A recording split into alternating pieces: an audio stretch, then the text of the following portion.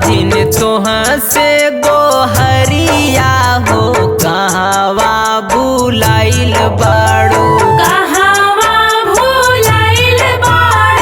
कैसे सही लोगवा के बतिया हो कहवा बुलाइल बाड़ू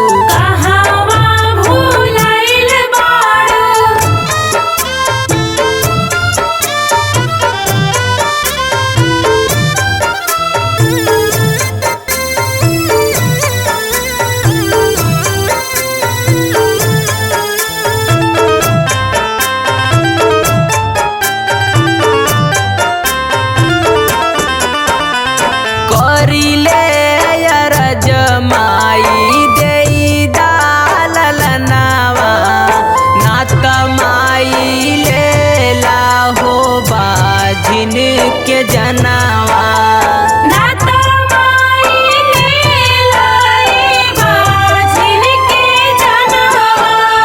करिले रजमाई देई दाललनावा नात माई लेला हो बाजिन के जनावा झर झर अखिया से लोर झरे कहवा बुलाइल बाड़ू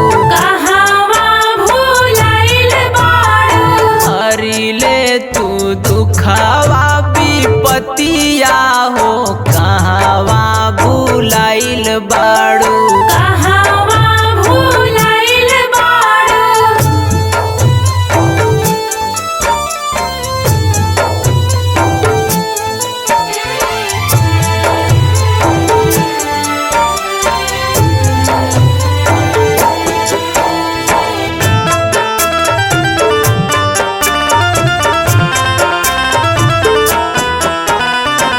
दुखयापन जाके माई के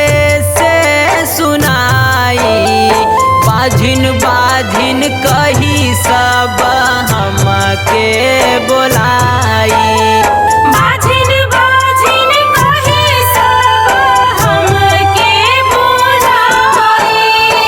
दुखयापन जाके माई के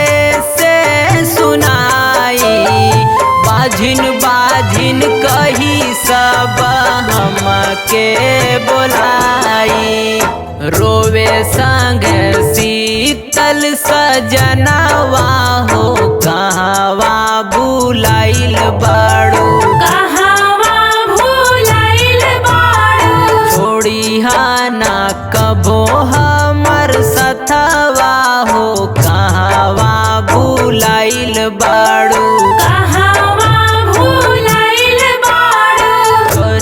बाजिन तोहाँ से गोहरिया हो कहवा बुलाइल बाड़ू